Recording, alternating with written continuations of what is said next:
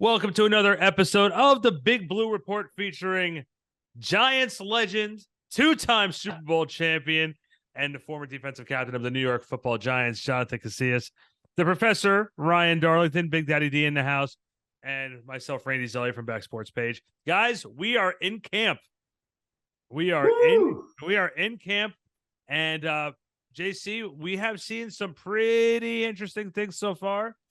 Some players who are stepping up to the plate and making a case for some roster spots.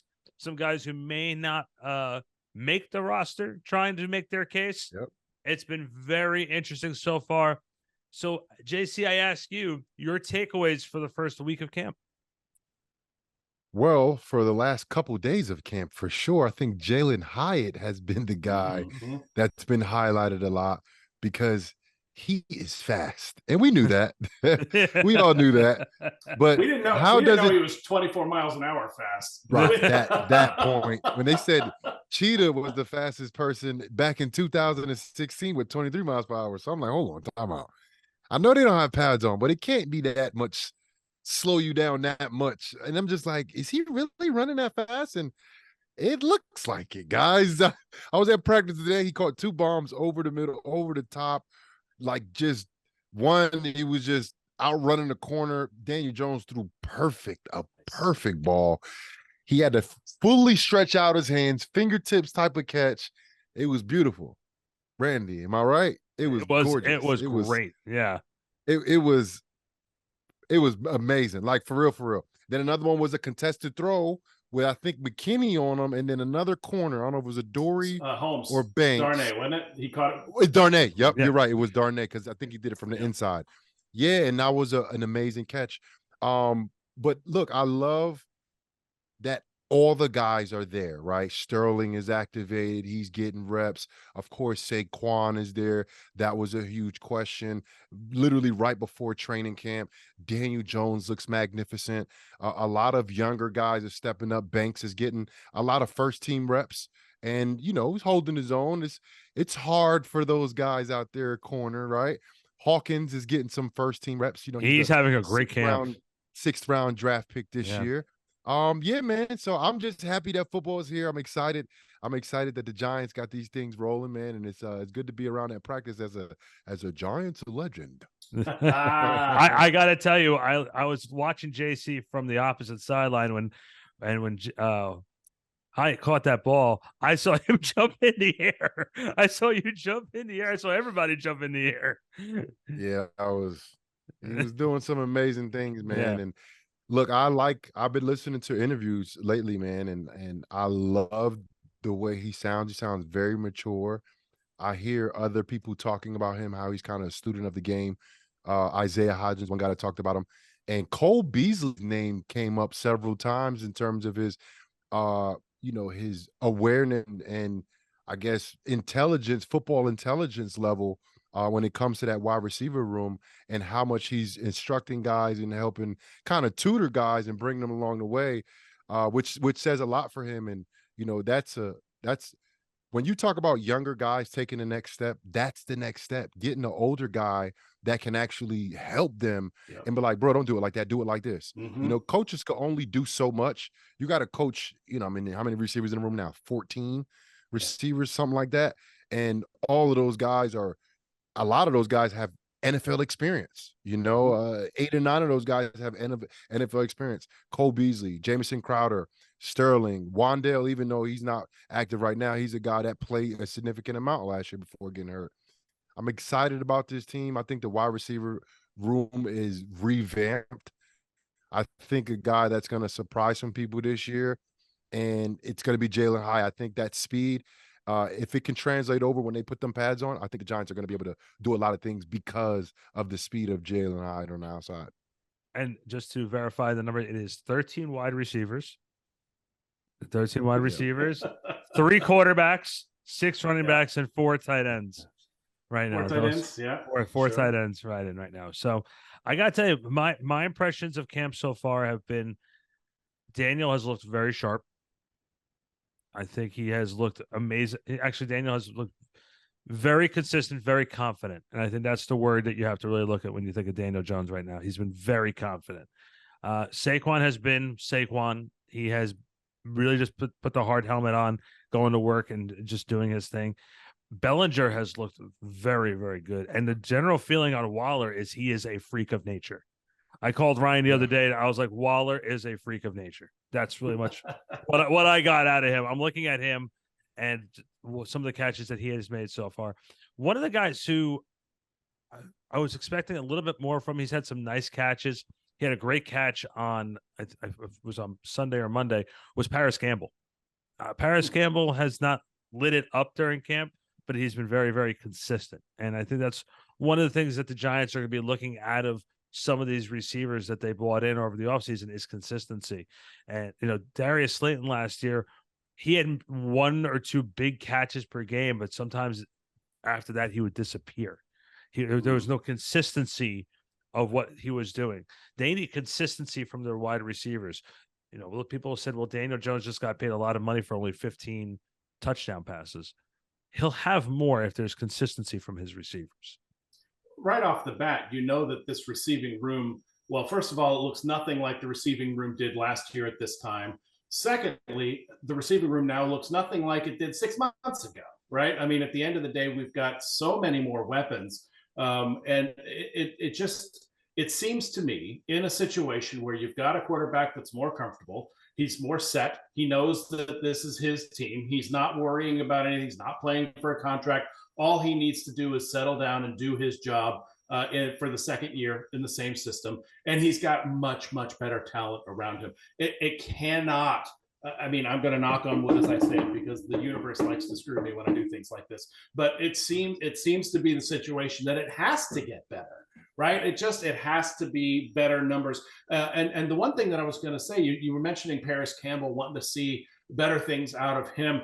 And it struck me because, we're seeing so many amazing things that we haven't seen in the past out of this Giants team this year, in terms of Hyatt's speed, in terms of Waller being this genetic mutant, right? I mean, in terms of these great things. And it's funny because it slides the scale, right? Paris Campbell's having a pretty good camp, right? He's been consistent. He's producing. They've got him working in lots of different packages, looking to maybe use him like a Deebo Samuel kind of character, running the ball out of the backfield, doing, whatever he's going to be doing.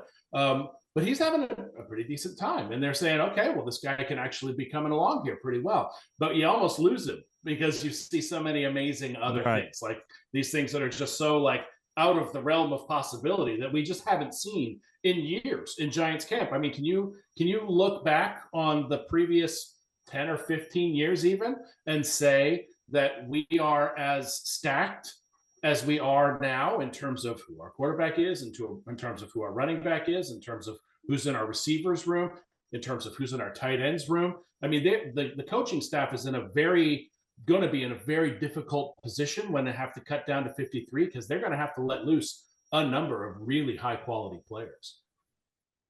Yeah, but that's what of course. It's a bad thing, but it's a good problem to have. You know what I mean? Right. It's a great problem to have, and these guys, like, there's going to be some really good receivers that get cut and don't make this team. Yep. And I think that room specifically is going to be maybe some heartfelt guys that might not be here, come September when the Giants kick off against Dallas. I don't want to speculate. It is what it is.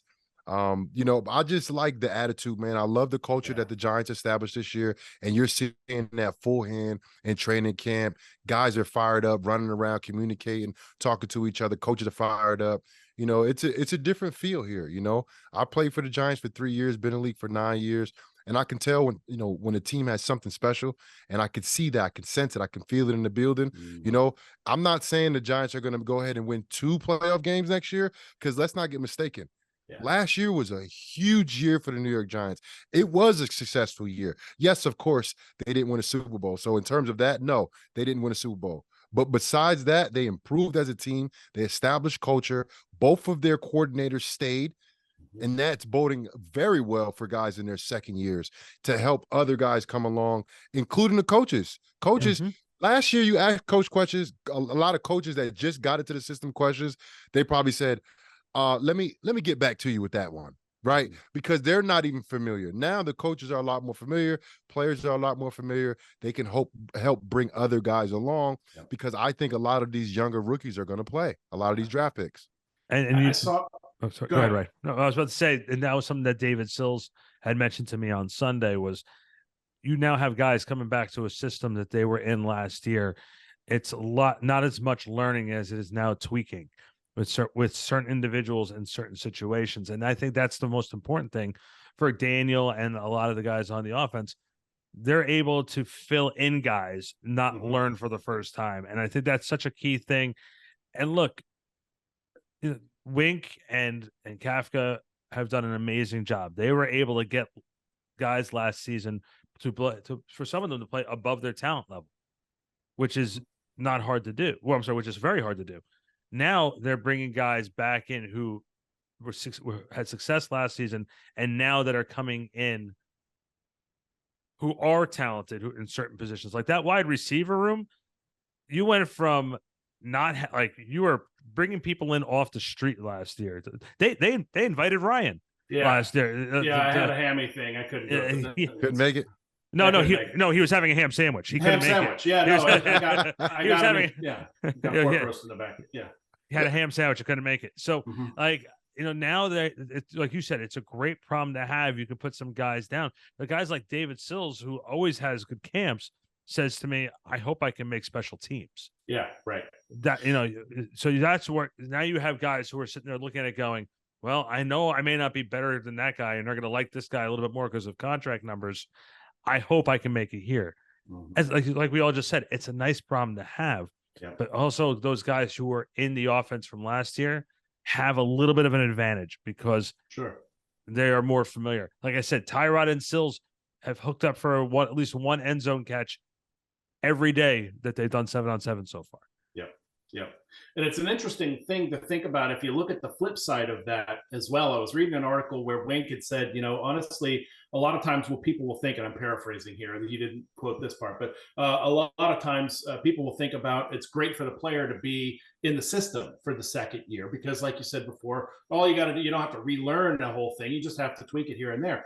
But if you think about it from the coach's perspective, it's also another year of them knowing the players, right? Having more familiarity with who is in their system, what their strengths are, what they can be asked to do, what they can't be asked to do.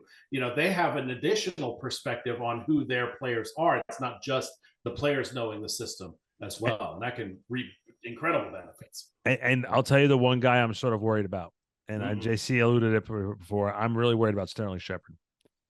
I'm really worried about Sterling Shepard. And this is me watching the last couple days. He's not going to play special teams. Shep is not going to play special teams. And if he's not going to be the top, if there's more than 3 to 4 guys who are outplaying what he can do right now, I don't know if there's a spot for him on this roster. I think he has a future of being a great wide receivers coach. I think he has a lot to give to this team eventually. But like last year, he got that contract this year because of his loyalty to the team last year, being a great teammate to his guys, staying with the team even before and after surgery. He was right there with his team last year. But don't you think that'll be valuable this year as well? I mean, for the cap hit that it's taking, I mean, yes, he takes up a spot, but it's not like he's not going to play. I'll tell you why. Because are you going to take away a guy who might be able to help you to keep somebody on? But that's an assumption that Sterling Shepard can't help you. Right? I know. I'm sorry, but like I'm saying, I'm just saying, if you have a guy who's a little bit who can do more for you on the field that you might need in a moment because of injury and something that Shep wouldn't be able to do. Yeah. Are you gonna keep Shep and get rid of that younger talent who might be able to help you in that situation? Like I love Shep. I love Shep. Don't get me wrong. But it has nothing to do with personally liking him. I'm looking at the business and saying I'm looking at the product on the field, on what he's be able to do and what he can't do. Yeah, and he's behind the 8 ball. He's behind the curve because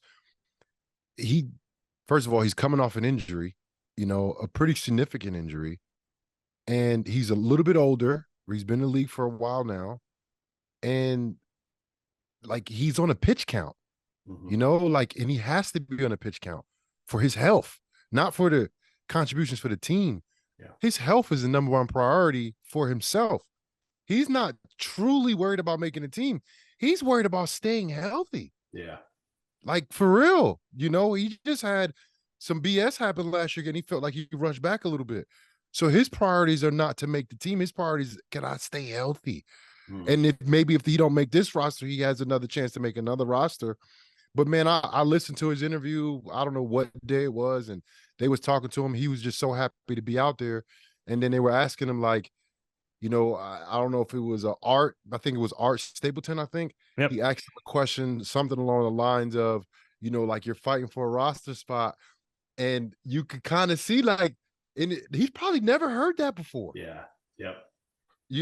Like, and then he was looking like it is what it is. He had a great attitude about it. He said, I can't, stuff that's out of my control, I can't worry about it. I'm just worried about playing. So I'm not really worried about Shep. I think his mind is in a good place, because that's the thing. You worry about guys that have injuries kind of later in their career. They're on the fence about their contract situations. What's their mental state like? I love what I'm hearing from Shep. And I think if he does make the team, of course, he's going to be a valuable contributor on offense and even stronger presence in the locker room. And if he doesn't, maybe he can land somewhere else. And if not, I think he's made a decent amount of money.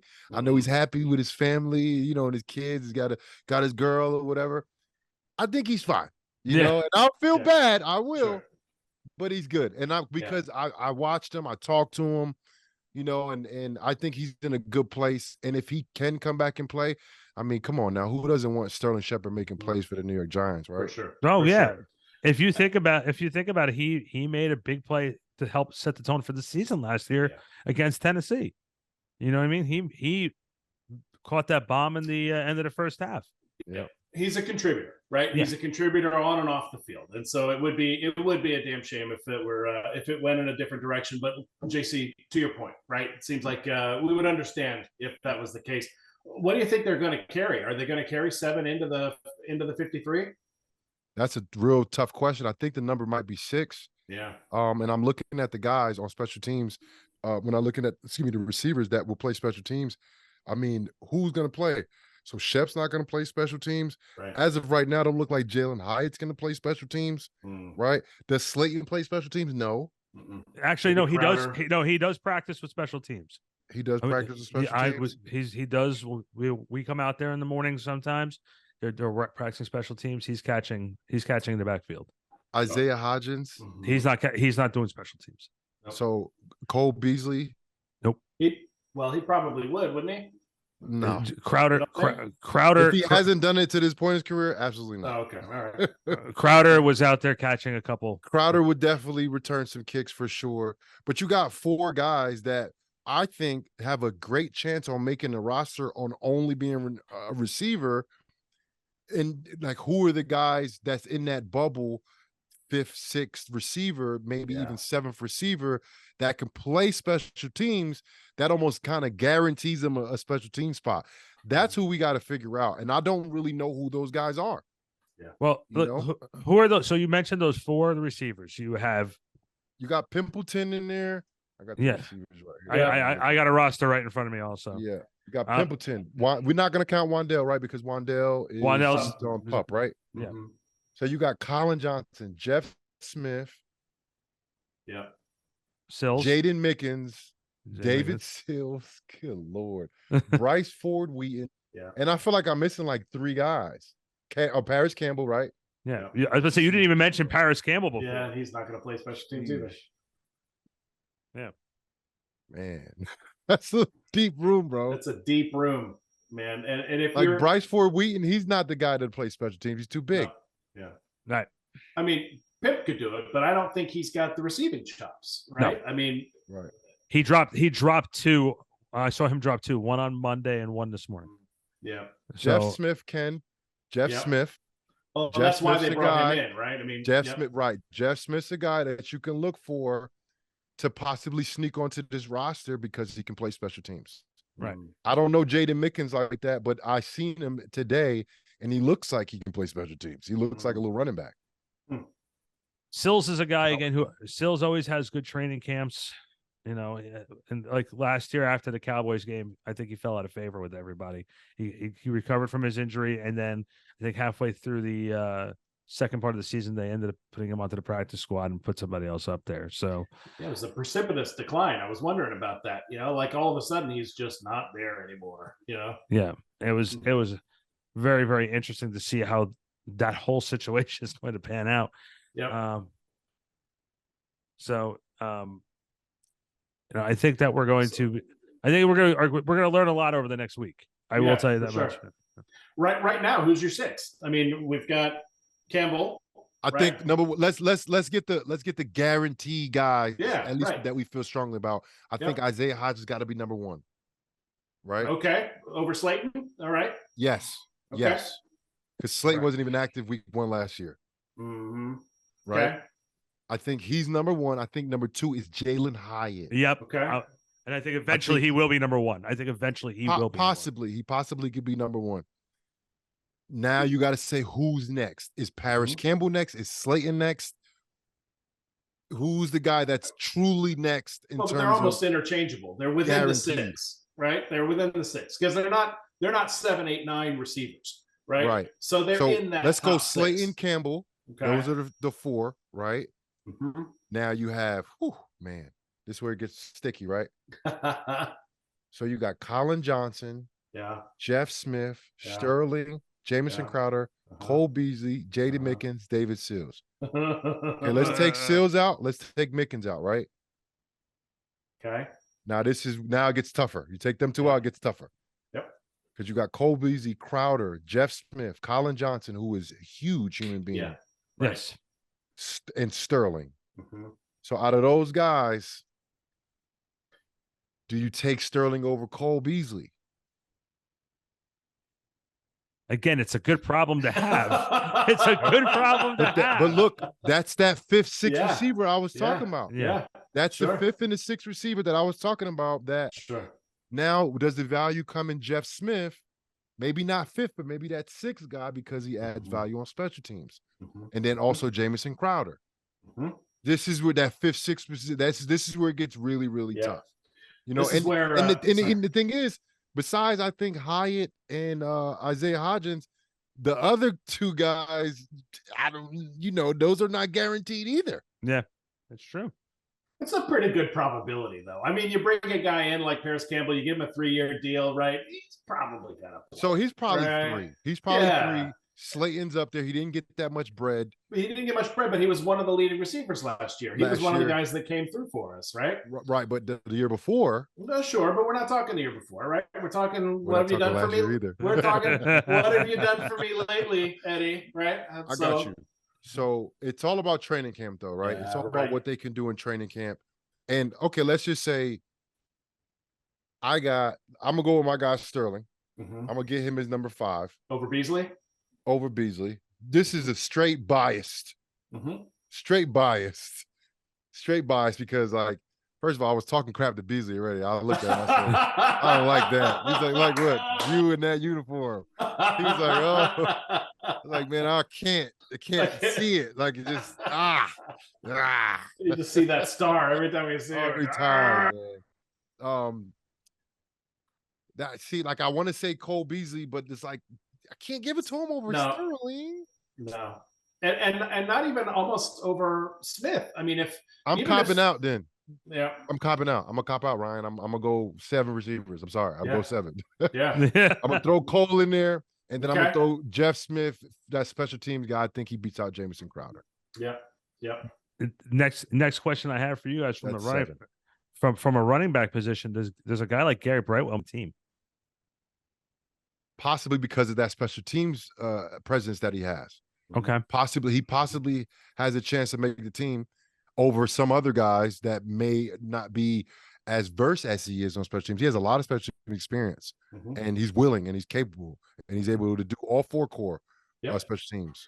And it could be, and it could be a serviceable 3rd running back. You can put him in a pistol. You can put him in a number of different formations, and he can produce. Well, because if you look at what's going on in that position room, obviously you have Saquon, who's taking a majority of the snaps. You have Matt Breida. Yeah. You have Brightwell. You have Gray. Mm-hmm. And I believe there's two more on here. I'm just James Robinson and Deshaun Corbin. There you go. Corbin was here last year, and James Robinson, he's been in the league, right? He was over with Jacksonville. Yeah. Jacksonville. And, Yep.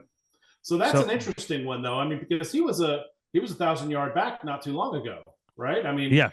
So it'll be very interesting. This is why it's so funny, because I think preseason is so devalued, right? It's just preseason. Nobody cares about preseason. Well, you're gonna get snaps for guys, but at the same time, it's like who they're playing those snaps against. Sometimes you just sort of like, But that's the whole point. I mean, you got to put them up against some kind of competition and to see how they produce in the game, right? How there are so many guys whose seasons are determined by how they produce in the preseason. Right? I got to tell you a moment.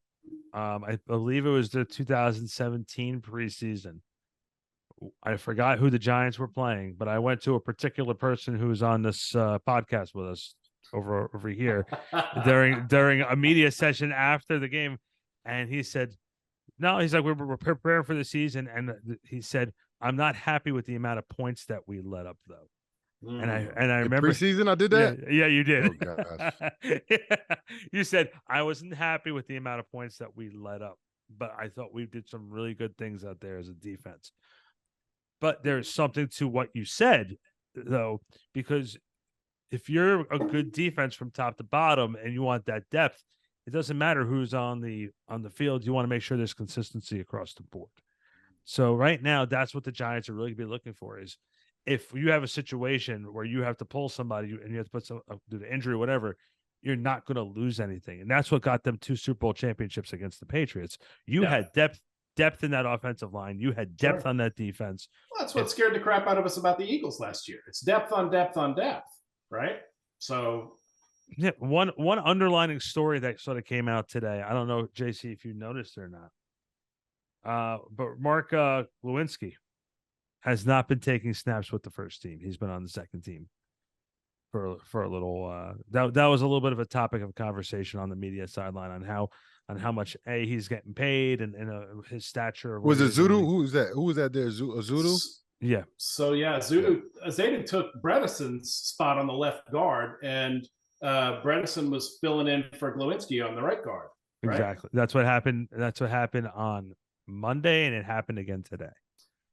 So I think they, the coaching staff loves to be able to say that there are players that have experience in all positions, right? They're cross-training everybody. And it is relatively early in the preseason, right? We're a week into padded practices. So it may, I'm going to caution. One day. One day, Randy. Right, only one day. So let's be, let's not make too much of a story about it until and unless we start seeing Glowinski not get snaps at the beginning of a preseason game or where he plays, as we get into games 2 and 3. I hate that there's not a 4th game in preseason, but that's the fan. That's not the player. I'm sure and I would even say, we won't really know till week 1. Yeah. Because if he goes out there and starts these first couple games and he doesn't play well, they're doing it to see. Yeah. They're putting him there to see what they have. And if he doesn't do well, Glowinski be right in there in the first team again.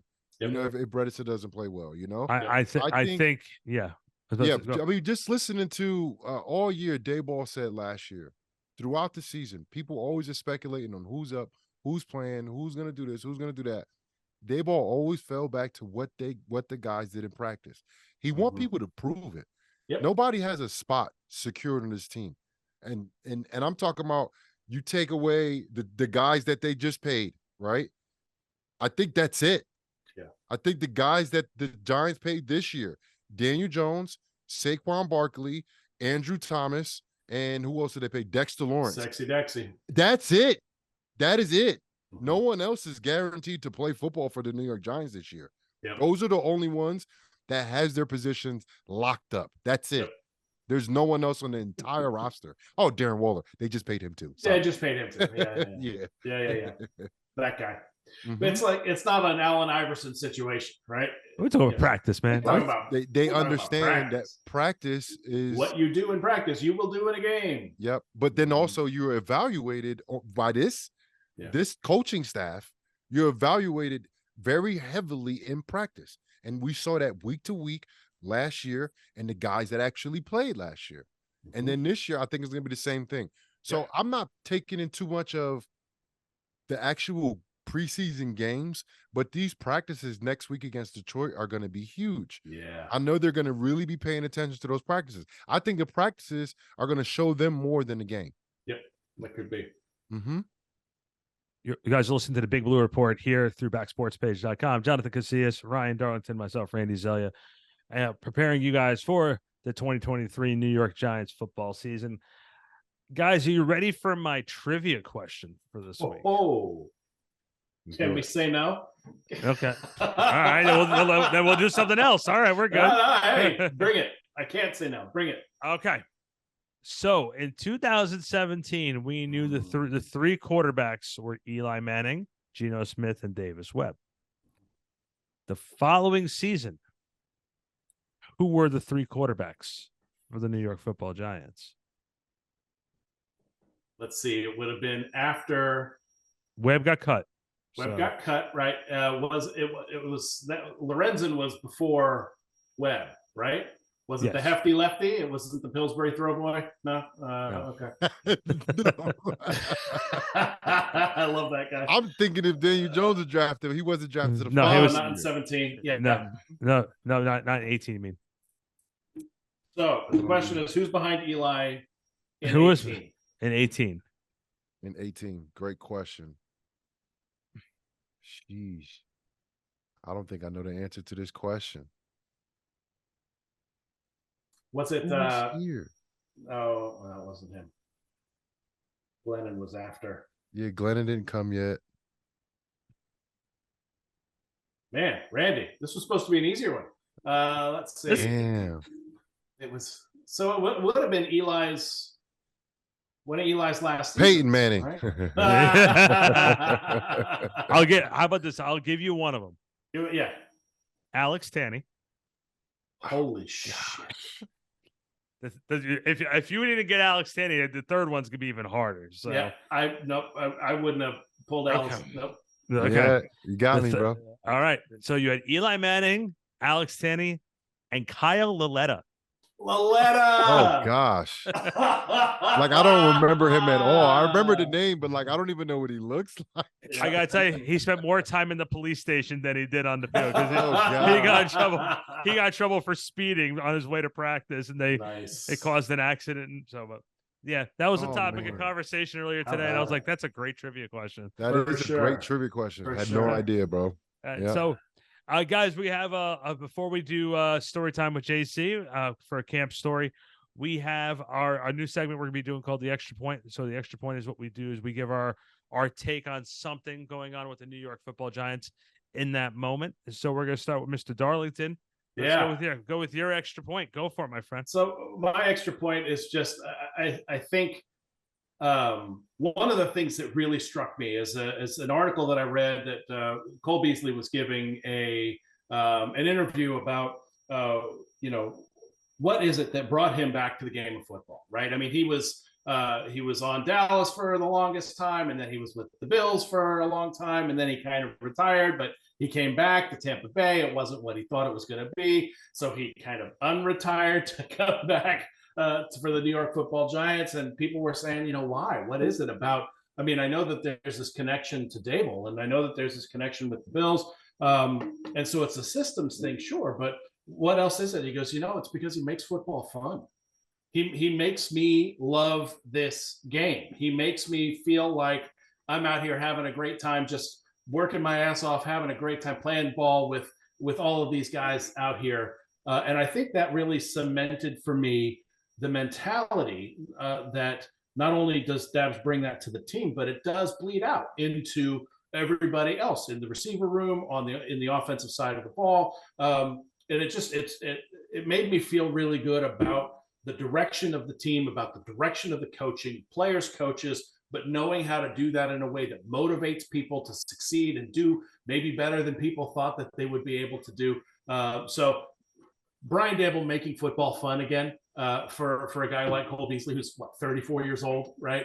And wanting to be back in the league for one last go. It struck me as amazing. And so I think that's my extra point for this time. Great take, man. JC? Okay, great take. And I think I'm going to stick similar to what you're talking about, and I'll stick with Daboll. I'll stick with him and the culture that he established last year. You can smell it, you can breathe it, you can feel it this year. And I think that is the new culture for the New York Football Giants. It has been established. It is here.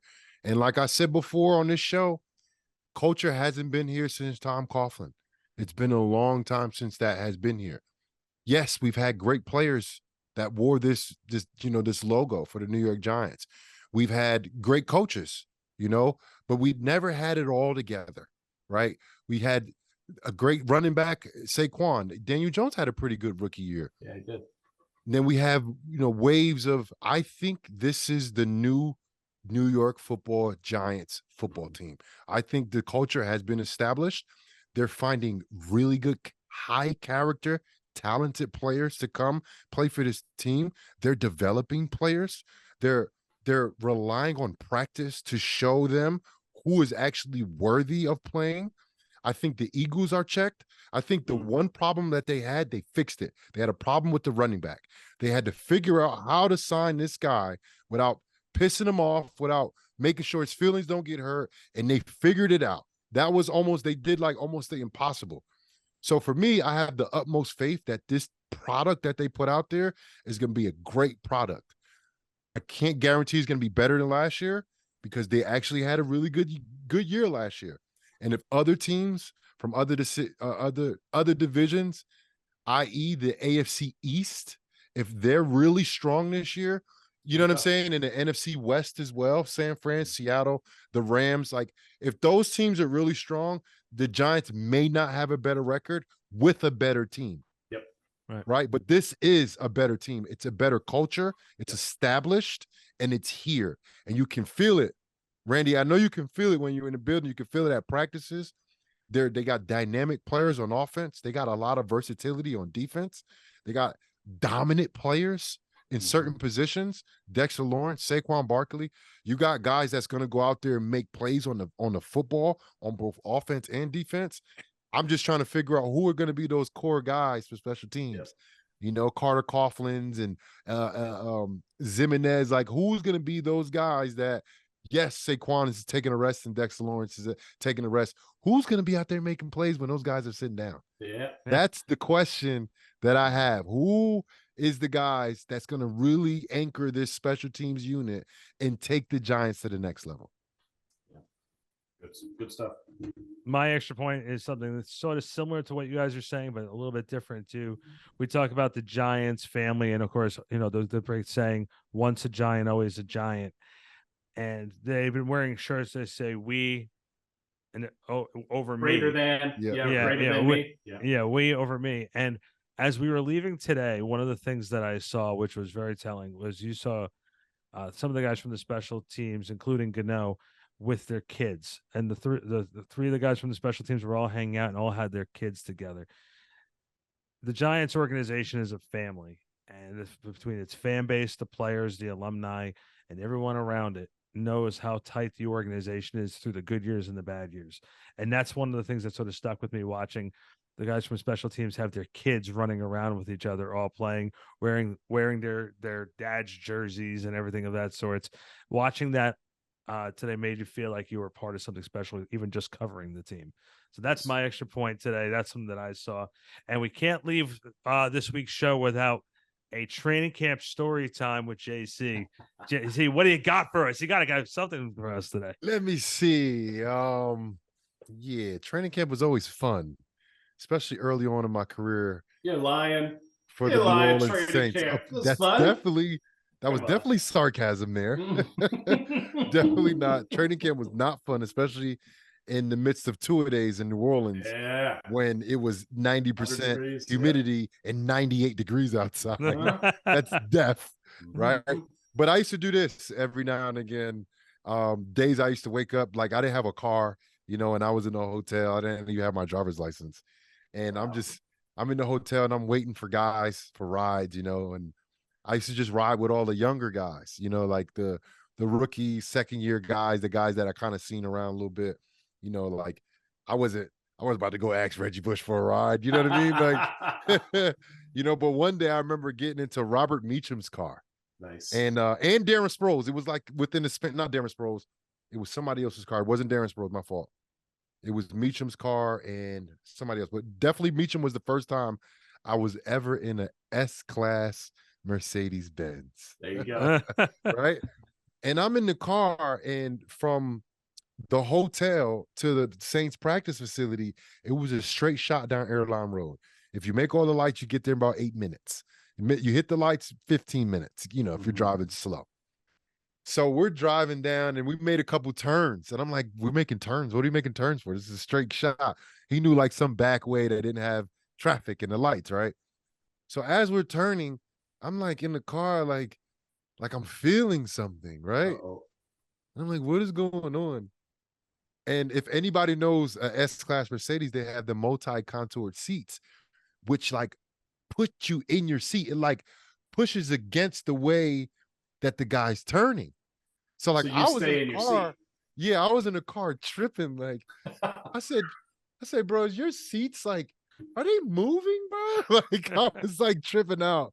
But that was like the first time, like I was like my mind was blown because of, one of my teammates, they could afford really nice things. You know what I'm saying? That was like the true first time that I like was like now this is a whole nother world, right? Like this is luxurious things, right? But the I really wanted to talk about my Greg Williams story. I just felt like that was one of my like wow moments, like something as little as and I ended up buying a Mercedes probably because of that. Yeah, 5 years ago. You know what I'm saying? You got your own S-Class. So one of the early practices, I was with the defense. We were running some type of zone blitz with a matchup coverage. Hopefully I didn't tell the story already. Did I tell the story about Greg Williams? Was he running down the side of the field, running down the sidelines, running at you, cursing at you? Did he curse at me? Yeah. I told that one already? You might have said, yeah. Okay, I can't tell that one then. I can't tell that one. Okay, I got a good story. All right. Okay, I got a whole bunch of stories. I just sometimes I tell them. So, do you guys remember the name Dan Morgan? No. So Dan Morgan was a middle linebacker for the Carolina Panthers when they went to the Super Bowl. Mm-hmm. He was playing at the University of Miami right before like Vilma and DJ Williams took over, like in between Ray Lewis and Vilma. Mm-hmm. Dan Morgan was a stud, right? I'm going in, this is my rookie year. Our linebacker room is filled with like Vilma's there, Jolon Dunbar's there, Mark Semino's there, Scott Fajita, Scott Shanley. We had like 12 people in the room. 12 people in the room. It was insane. We had went through our first practice, right? And Dan Morgan, he's wearing a black visor. He's like 250 pounds. Like he's like the guy from the program. Remember the guy from the program? Yeah. Like strong, just like hit anything, like type of guy. Yo, he was doing individual drills, and he like, I don't know, caught his leg or something happened, and he like limped.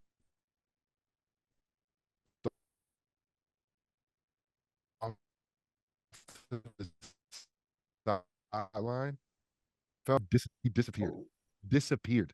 We were calling him and everything. Dude. He didn't answer nobody's phone for like a month. I swear, he just disappeared. Of course, he like quit and retired. Yeah, right. But like he just left, bro. That's it. We'd never seen him again. Like, wow. He left in the middle of practice. He was in the locker room. We got home. Coaches calling him. Vilma, he was a Miami guy. He's blowing his phone up. I had to put a milk carton with his face on it. What is it? Anybody seen this? Anybody seen me or something like that? I had to do a milk carton for him. But like, I've never seen anything like that happen after that. And that was like, I was just like, bro, he just Gone. left. He quit. Like nobody. The crazy thing is, no one heard from him at all. No coaches, no old teammates. Like they were calling guys that he went to school with. No one heard of him, bro. That was wild. That is crazy. That's crazy. Jesus. Wow. To be able to just drop off the face of the earth for a while, huh? Then he popped up like, I don't know, a month. JV was like, yeah, I talked to him. Like, bro, what? So nonchalant. Yeah, we talked to him. We're good.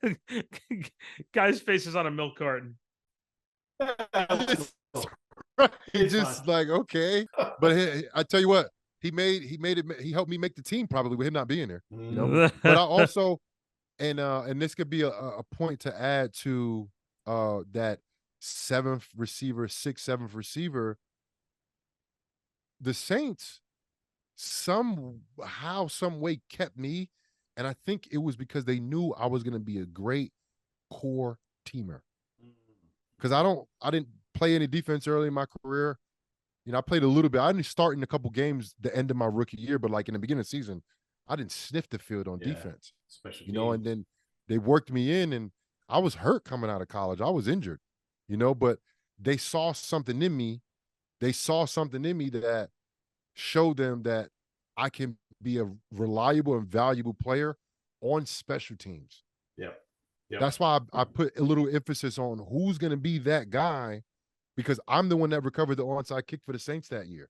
Yeah, despite what your teammate in the Super Bowl. You see what I'm saying? It's like even me, the last guy on the roster that year, maybe I wasn't the last, second to last, whatever it was.